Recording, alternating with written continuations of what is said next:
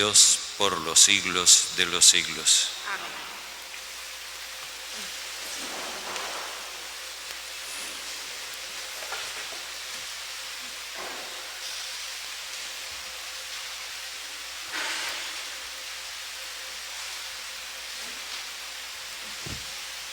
Lectura del segundo libro de los Reyes. Un hombre de Baal-Salisá fue a llevar al profeta Eliseo las primicias de la cosecha de cebada, 20 panes y grano de cosecha en un costal.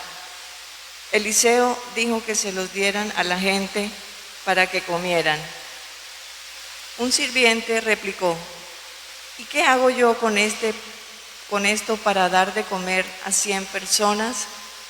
Eliseo insistió: pues repartirlos entre todos para que coman, porque así dice el Señor, comerán y sobrará. El sirviente los repartió, comieron y sobró, como había dicho el Señor. Palabra de Dios. Tú nos das nuestro pan de cada día. Que todas tus criaturas te den gracias, Señor. Que te bendigan tus fieles, proclamen la gloria de tu reinado, hablen de tus hazañas. Los ojos de todos te están aguardando, tú les das la comida a su tiempo, abres tú la mano y sacia de favores a todo viviente. El Señor es justo en todos sus caminos, es bondadoso en todas sus acciones. Cerca está el Señor de los que lo invocan sinceramente.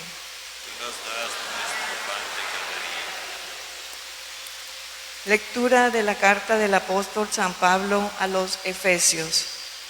Hermanos, yo que estoy preso por servir al Señor, los exhorto a comportarse de una manera digna del llamamiento que han recibido. Tengan en todo humildad, mansedumbre y paciencia. Sopórtense mutuamente por amor. Traten de conservar la unidad creada por el Espíritu, manteniendo el vínculo de la paz.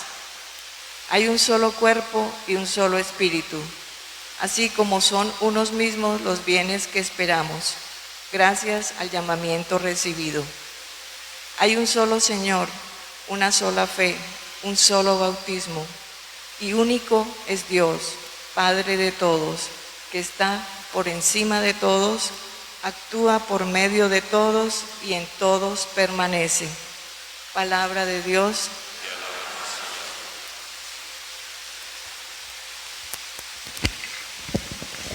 Gloria, gloria, aleluya.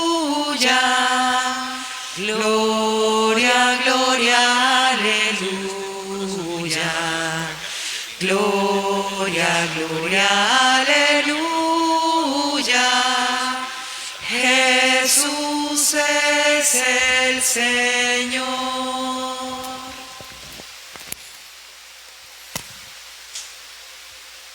El Señor esté con ustedes. Y con tu espíritu. Lectura del Santo Evangelio según San Juan. Gloria a ti, Señor. Pasó Jesús a la otra orilla del lago de Galilea, o de Tiberíades, y mucha gente lo seguía, porque habían presenciado las maravillas que hacía en favor de los enfermos. Pero Jesús se retiró a la parte montañosa y se sentó allá con sus discípulos. Estaba cerca la fiesta judía de la Pascua. Alzando la vista y viendo el gentío que había venido, le dijo a Felipe: ¿con qué vamos a comprar pan para que esta gente coma? Esto lo dijo para ver qué respondía, pues bien sabía Jesús lo que iba a hacer. Felipe le contestó: aunque gastáramos 200 jornales, no alcanzarían para darle un mendrugo de pan a cada uno. Uno de los discípulos de Jesús, Andrés, el hermano de Simón, le dijo: aquí hay un muchacho que tiene 5 panes de cebada y 2 pescados. pero ¿qué es esto para tanta gente? Jesús les dijo: hagan que la gente se siente en el suelo. En ese sitio había mucha hierba. La gente se sentó en el suelo. Solamente los hombres eran como 5,000.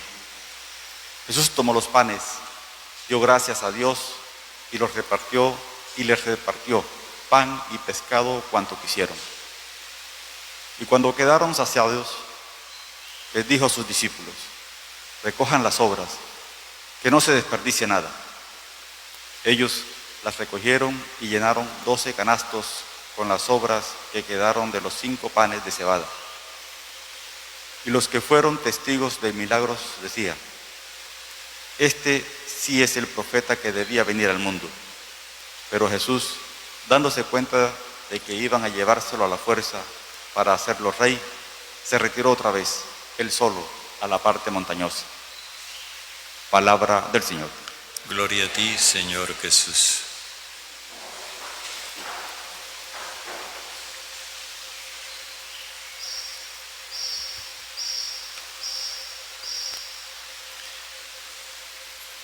Vamos a hacer ahora una especie de inserción. Como estamos leyendo este año los domingos el Evangelio de Marcos, y el Evangelio de Marcos es corto, son apenas 16 capítulos frente a los 28 de Mateo o 24 de Lucas. Entonces, el Evangelio de Marcos resulta muy breve para las 34 semanas que tiene el tiempo ordinario, el de color verde. Por eso se le inserta el capítulo 6 del Evangelio de Juan en el momento en que también en el Evangelio de Marcos se habla de este asunto de los panes, pero en el Evangelio de Marcos solamente se habla del episodio de los panes y no se hace ningún comentario posterior. En el Evangelio de Juan sí se hace un comentario después del episodio de los panes, que es toda una polémica de Jesús con los judíos. Esto, para quienes vienen a misa diariamente, ya lo estuvimos viendo en Pascua, en los días de la semana, durante la Pascua, pero ahora lo vamos a ver en los domingos, y siempre es bueno volver sobre este mensaje porque algo nuevo le encontramos cada vez que volvemos. Nos habla el evangelista de que Jesús pasó a la otra orilla. Ya nosotros sabemos que la otra orilla es territorio pagano. A la otra orilla del lago de Galilea o de Tiberíades. Fijémonos que le pone 2 nombres al lago. El nombre judío, lago de Galilea; el nombre pagano, lago de Tiberíades. En realidad no lo llamaban lago, ni el evangelista tampoco aquí lo llama lago. Es una costumbre que tienen a veces los traductores, que no se atienen a lo que dice el evangelista. Geográficamente hablando, tienen razón, es un lago grande, pero es un lago.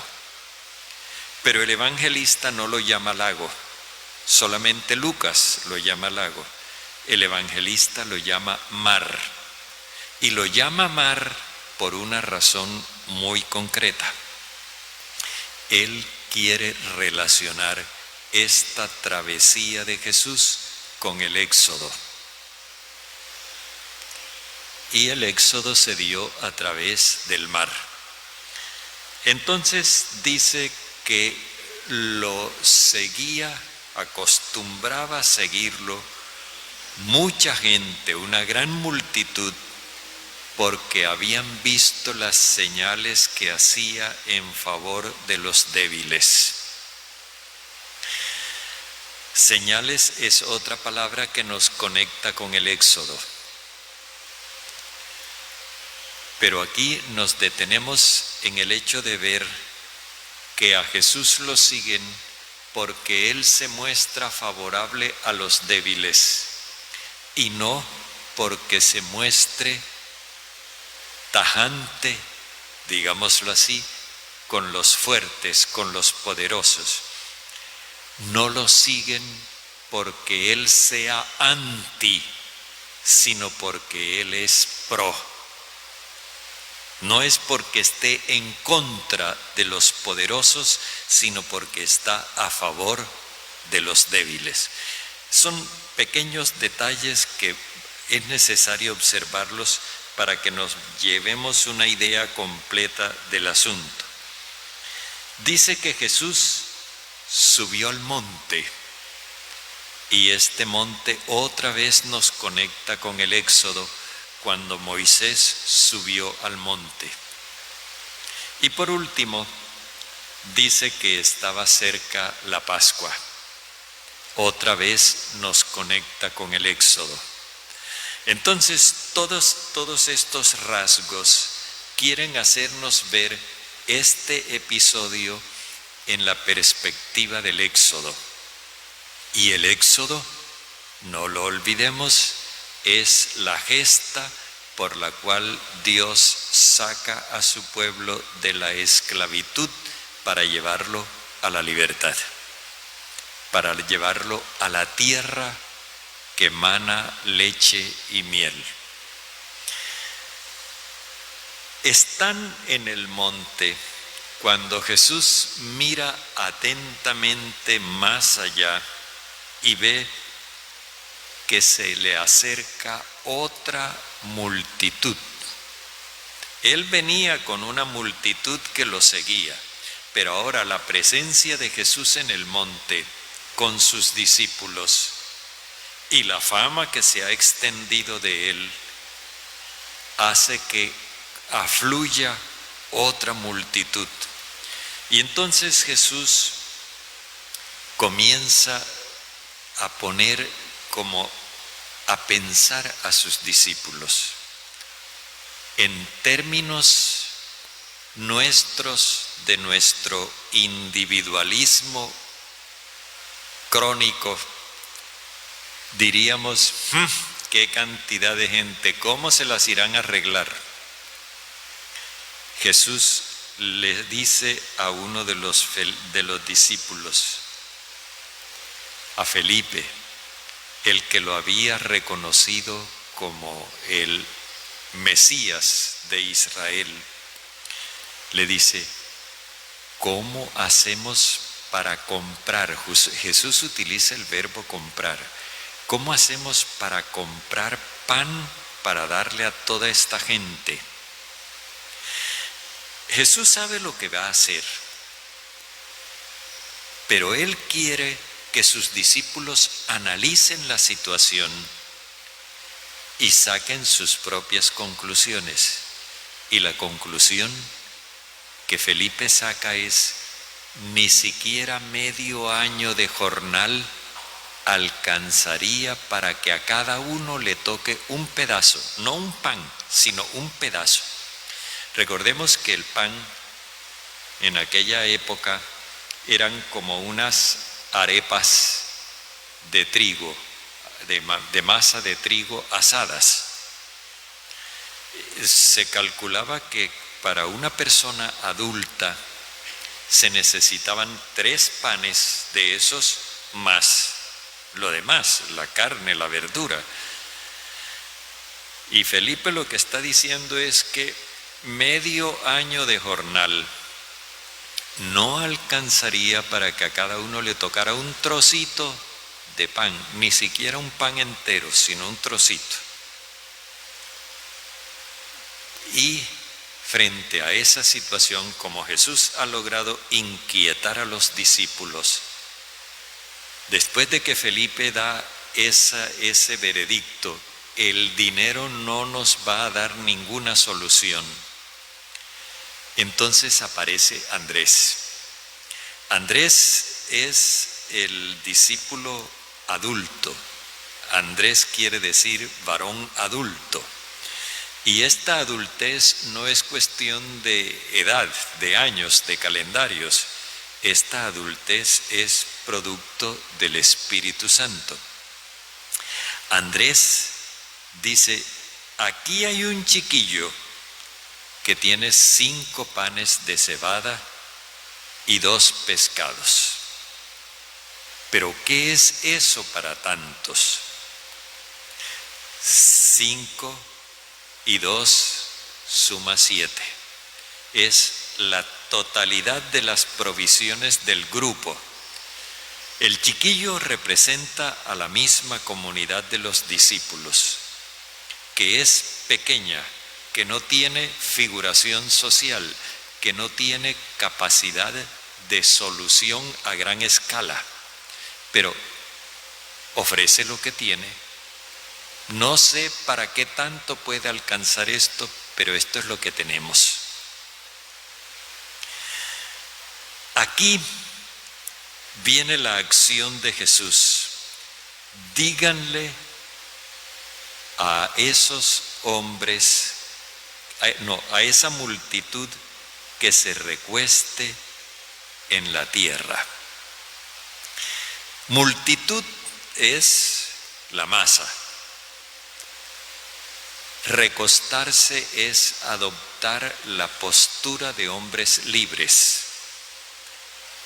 Y la tierra es como convertir el planeta en una mesa, y una mesa redonda, donde todos son iguales. No hay cabecera, ni otro extremo, ni puestos de segunda, es la mesa donde todos son iguales. Y luego dice que aquellos hombres pasan de multitud a personas, se sentaron, se recostaron, y eran como 5,000 hombres adultos. El evangelista utiliza una terminología que nos va haciendo ver que la indicación de Jesús no fue una cuestión de mera organización.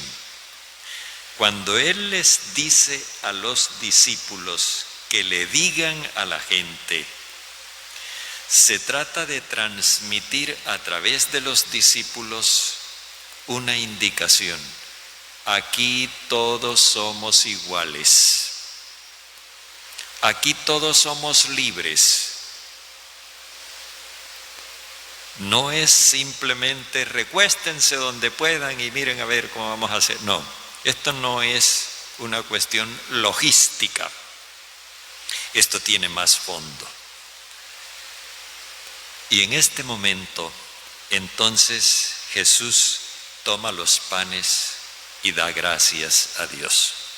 Nosotros nos imaginamos, gracias Señor por estos panes que nos vamos a comer, tú multiplícalos con la varita mágica, pum, pum. Pero no, esta acción de gracias de Jesús merece que nosotros nos detengamos un poco a considerarla. Porque les recuerdo, estamos en el horizonte del Éxodo.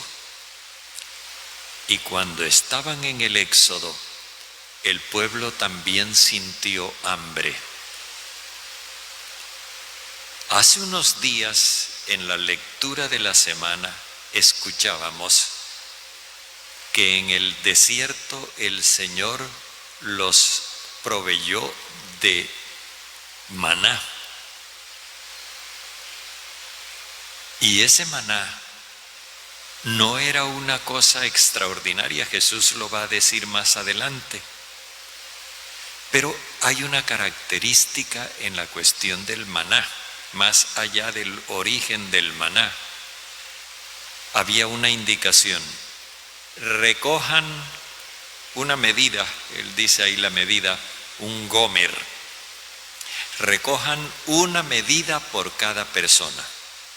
Que nadie recoja más de una medida por cada persona. Y el que recogía una medida, bien. El que recogía más, lo otro se le dañaba.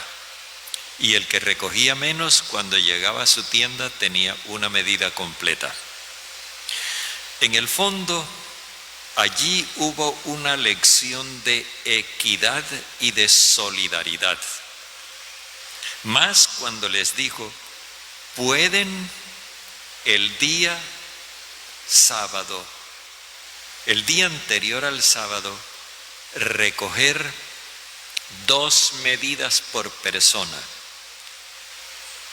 para que el sábado no salgan a recoger.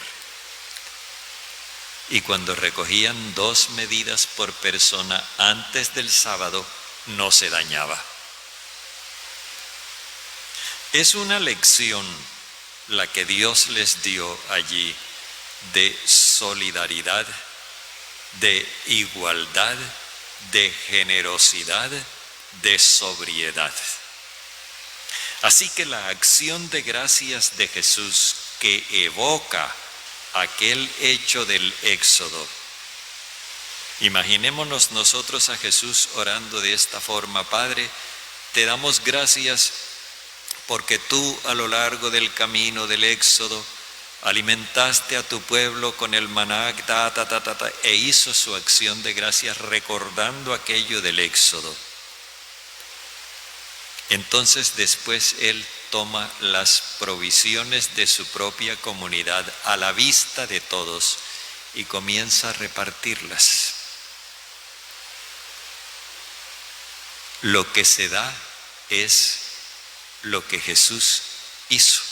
Jesús se convierte allí en el modelo para los demás, y entonces cada uno también comparte lo suyo.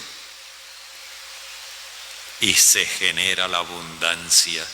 Donde parecía que había escasez, se generó una abundancia que sobró mucho más que lo que había sobrado cuando Eliseo repartió 20 panes entre 100 personas. En el momento en que esto sucede, se dan 3 reacciones. Primera reacción: los discípulos, a quienes Jesús mandó recoger los excedentes, porque esto habrá que continuarlo en los tiempos venideros. Los discípulos se dieron cuenta de que Jesús había llegado mucho más lejos que Eliseo. Pero en cambio otros no llegaron tan allá como los discípulos, y consideraron que Jesús era el profeta que había anunciado Moisés. Y otros, todavía menos avispados que estos, lo que pensaron fue en secuestrar a Jesús para coronarlo rey, para que Jesús se hiciera cargo de ellos. Jesús acaba de mostrarles que lo que provoca la abundancia no es el liderazgo de un tipo, sino la generosidad de cada uno, la solidaridad de cada uno, el hecho de sentirse iguales y sentarse a la mesa como hombres libres. Es el gesto que nosotros realizamos aquí en la Eucaristía. Todos los domingos venimos a aprender solidaridad, a aprender igualdad, a aprender libertad, a aprender generosidad. El Señor parte el pan. Ya les he dicho en otras oportunidades que la hostia que consagra el que preside la celebración es más grande, no porque como tiene el título de padre, él tiene que comer más que los demás. No, es más grande para poder hacer el signo del partir el pan. Y ustedes ven que no solamente se parte, sino que se reparte. Una parte la coge el diácono, otra yo, y normalmente también se pone en el copón que va destinado a la asamblea. con el fin de que se nota que es un pan que se parte, se reparte y se comparte entre todos. Ese es el sentido de la vida cristiana. Y eso es lo que Dios quiere que nosotros comprendamos. Él nos invitó al banquete de la vida, y en el banquete de la vida nosotros estamos llamados a partir, repartir y compartir el pan.